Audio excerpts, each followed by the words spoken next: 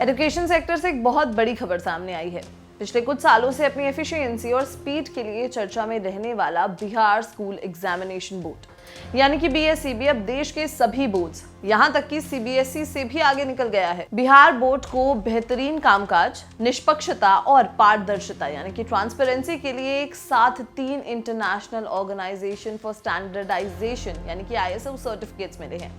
ये सफलता बीएसईबी को देश का पहला बोर्ड बना देती है जिसे एक ही बार में ये तीनों प्रमाण पत्र हासिल हुए हैं। अब जानते हैं वो 3 आईएसओ सर्टिफिकेट्स कौन कौन से हैं। सबसे पहला है क्वालिटी मैनेजमेंट सिस्टम यानी कि क्यूएमएस के लिए आईएसओ 9001:2015 जो बेहतरीन गुणवत्ता और प्रबंधन को दर्शाता है। दूसरा है इंफॉर्मेशन सिक्योरिटी मैनेजमेंट सिस्टम के लिए आईएसओ IEEC 27001:2022 जो डेटा की सूचना और सुरक्षा सुनिश्चित करता है। तीसरा है रिकॉर्ड मैनेजमेंट सिस्टम के लिए आईएसओ 154891:2016 जो रिकॉर्ड के सही राख रखाव और डिजिटलाइजेशन को प्रमाणित करता है।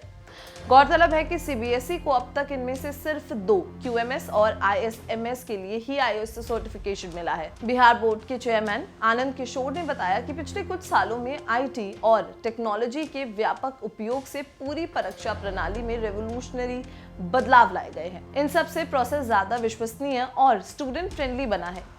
इसी का नतीजा है कि बिहार बोर्ड पिछले 7 सालों से यानी 2019 से 2025 तक देश में सबसे पहले मैट्रिक और इंटर का रिजल्ट जारी करने में सफल रहा है। रिकॉर्ड मैनेजमेंट के मामले में बीएसईबी ने एक बड़ा कदम उठाया है। 1983 से 2025 तक के सभी मैट्रिक और इंटर परीक्षा के रिकॉर्ड्स का डिजिटलाइजेशन किया गया है।